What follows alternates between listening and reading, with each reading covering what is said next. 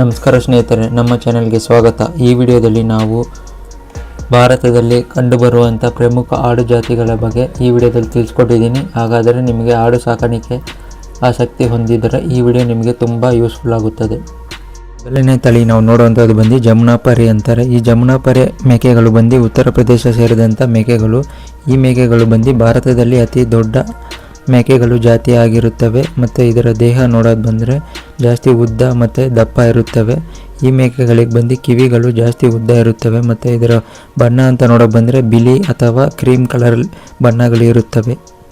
ಎರಡನೇ ತಳಿ ನಾವು ನೋಡುವಂಥದ್ದು ಬಂದು ಬೀಟಲ್ ಆಡುಗಳು. ಅಂದರೆ ಬೀಟಲ್ ಮೇಕೆಗಳು ಬಂದು ಇದು ಪಂಜಾಬ್ ಸೇರಿದಂಥ ಮೇಕೆಗಳು. ಇದರ ಬಣ್ಣ ಅಂತ ನೋಡೋಕೆ ಬಂದರೆ ಕಂದು ಕಪ್ಪು ಅಥವಾ ಕಂದು ಬಿಳಿ ಮಿಕ್ಸ್ ಆಗಿರೋ ಥರ ಇರುತ್ತದೆ ಈ ಬಣ್ಣಗಳು.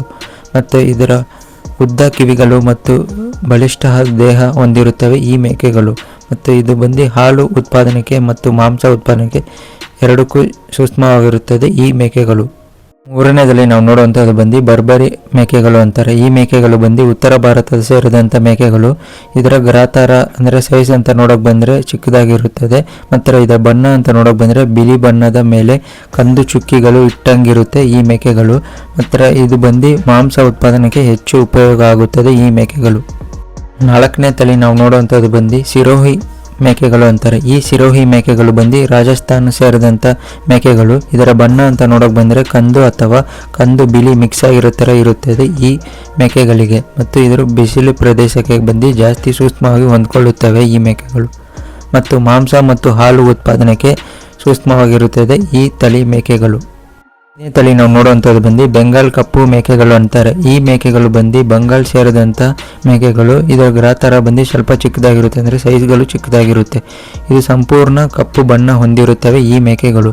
ಇದು ಬಂದು ಅತ್ಯಂತ ಗುಣಮಟ್ಟದ ಮಾಂಸ ಹೊಂದಿರುತ್ತವೆ ಈ ಮೇಕೆಗಳಲ್ಲಿ ಮತ್ತು ಚರ್ಮ ಹೆಚ್ಚು ಬೇಡಿಕೆ ಇರುತ್ತದೆ. ಆರನೇ ತಳಿ ನಾವು ನೋಡುವಂಥದ್ದು ಬಂದು ತಲಚೇರಿ ಮೇಕೆಗಳು ಅಂತಾರೆ. ಈ ಮೇಕೆಗಳು ಬಂದು ಕೇರಳ ಸೇರಿದಂಥ ಮೇಕೆಗಳು. ಇದು ಬಂದು ಸಣ್ಣ ಸೈಜಲ್ಲಿ ಇರುತ್ತದೆ ಈ ಮೇಕೆಗಳು. ಮತ್ತು ಇದರ ಬಣ್ಣ ಬಂದು ಬಿಳಿ ಇರುತ್ತದೆ ಫುಲ್ಲು. ಕಿವಿ ಹತ್ರ ಬಂದು ಲೈಟಾಗಿ ಪಿಂಕ್ ಕಲರ್ ಇರುತ್ತದೆ. ಮತ್ತು ಇದು ಬಂದು ಮಾಂಸ ಮತ್ತು ಹಾಲಿಗೆ ಜಾಸ್ತಿ ಸಾಕುತ್ತಾರೆ ಈ ಮೇಕೆಗಳನ್ನು.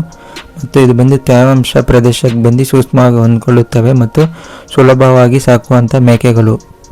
ನೆಕ್ಸ್ಟ್ ನಾವು ನೋಡುವಂಥ ತಳಿ ಬಂದು ಕೊಡಿ ಮೇಕೆಗಳು ಅಂತಾರೆ. ಈ ಕೊಡಿ ಮೇಕೆಗಳು ಬಂದು ತಮಿಳುನಾಡು ಸೇರಿದಂಥ ಮೇಕೆಗಳು. ಇದು ಬಂದು ಇದರ ಬಣ್ಣ ಬಂದು ನಿಮಗೆ ಕಪ್ಪು ಮತ್ತು ಬಿಳಿ ಚುಕ್ಕಿ ಇಕ್ಕದಂಗಿರುತ್ತೆ ಮತ್ತು ಬ್ರೌನ್ ಬಣ್ಣದಲ್ಲೂ ಇರುತ್ತದೆ. ಮತ್ತು ಇದರ ಕಾಲುಗಳು ಬಂದು ಉದ್ದವಾಗಿರುತ್ತದೆ ಮತ್ತು ಮೈ ಬಂದು ಸ್ವಲ್ಪ ಸಣ್ಣ ಗಾತ್ರದಲ್ಲಿ ಇರುತ್ತದೆ. ಇದು ಬಂದು ಮಾಂಸಕ್ಕಾಗಿ ಬೆಳೆಸುತ್ತಾರೆ ಮತ್ತು ಈ ಮೇಕೆಗಳು ಬಂದು ಜಾಸ್ತಿ ದೂರ ನಡೆಯುವಂಥ ಮೇಕೆಗಳು.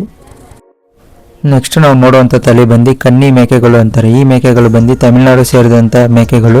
ಇದರ ಮೈ ಬಣ್ಣ ಬಂದು ಬ್ಲ್ಯಾಕ್ ಮತ್ತು ಅಂದರೆ ಕಪ್ಪು ಮತ್ತು ಲೈಟ್ ಬ್ರೌನು ಮತ್ತು ಬಿಳಿ ಮಾರ್ಕಿಂಗ್ಸ್ ಹೊಂದಿರುತ್ತವೆ ಈ ಮೇಕೆಗಳಲ್ಲಿ. ಕಾಲತ್ರ ಮತ್ತು ಮುಖಾತ್ರ ಬಂದು ಬಿಳಿ ಮಾರ್ಕಿಂಗ್ಸ್ ಬಂದಿರುತ್ತದೆ. ಇದು ಬಂದು ಮೀಡಿಯಂ ಸೈಜ್ ಮೇಕೆ ಆಗಿರುತ್ತವೆ ಮತ್ತು ಇದು ಮೇನ್ಲಿ ಬಂದು ಮಾಂಸ ಉತ್ಪಾದನೆಗೆ ಬೆಳೆಸುತ್ತಾರೆ ಈ ಮೇಕೆಗಳನ್ನು. ನೆಕ್ಸ್ಟ್ ನಾವು ನೋಡುವಂಥ ತಳಿ ಬಂದು ಬೋಯರ್ ಮೇಕೆಗಳು ಅಂತಾರೆ. ಈ ಮೇಕೆಗಳು ಬಂದು ಸೌತ್ ಆಫ್ರಿಕಾ ಸೇರಿದಂಥ ಮೇಕೆಗಳು. ಇದು ಬಂದು ಜಾಸ್ತಿ ತಮಿಳುನಾಡು ಪ್ರದೇಶದಲ್ಲಿ ಕಮರ್ಷಿಯಲ್ ಆಗಿ ಬೆಳೆಸುವಂಥ ಮೇಕೆಗಳು. ಇದರ ಮೈ ಬಣ್ಣ ಬಂದು ವೈಟ್ ಕಲರ್ ಮತ್ತು ಬ್ರೌನ್ ಅಥವಾ ರೆಡ್ ಹೆಡ್ ಕಲರ್ ಆಗಿರುತ್ತದೆ ಈ ಮೇಕೆಗಳಲ್ಲಿ. ಮತ್ತು ಇದರ ಬಾಡಿ ಸೈಜ್ ಅಂತ ನೋಡೋಕೆ ಬಂದರೆ ಇದು ಸ್ವಲ್ಪ ಉದ್ದ ಇರುತ್ತದೆ ಮತ್ತು ಹೆವಿ ಮಸಲ್ಸ್ ಇರುತ್ತದೆ ಈ ಮೇಕೆಗಳಲ್ಲಿ. ನೆಕ್ಸ್ಟ್ ನಾವು ನೋಡುವಂಥ ತಳಿ ಬಂದು ಸೋಜತ್ ಮೇಕೆಗಳು ಅಂತಾರೆ. ಈ ಸೋಜತ್ ಮೇಕೆಗಳು ಬಂದು ರಾಜಸ್ಥಾನ್ ಸೇರಿದಂಥ ಮೇಕೆಗಳು. ಇದು ಬಂದು ಜಾಸ್ತಿ ತಮಿಳುನಾಡಲ್ಲಿ ಕಮರ್ಷಿಯಲ್ ಆಗಿ ಬೆಳೆಸುವಂಥ ಮೇಕೆಗಳು. ಇದು ಬಂದು ಮಾಂಸಕ್ಕಾಗಿ ಕ್ರಾಸ್ ಬ್ರೀಡಿಂಗ್ ಮಾಡಿ ಸಾಕುವಂಥ ಮೇಕೆಗಳು. ಇದರ ಬಣ್ಣ ಅಂತ ನೋಡೋಕೆ ಬಂದರೆ ಪ್ಯೂರ್ ಬಿಳಿ ಆಗಿರುತ್ತದೆ ಮತ್ತು ಇದರ ಸೈಜ್ ಅಂತ ನೋಡೋಕೆ ಬಂದರೆ ಮೀಡಿಯಮ್ ಲಾರ್ಜ್ ಆ ಥರ ಬೆಳೆಯುತ್ತೆ ಈ ಮೇಕೆಗಳು.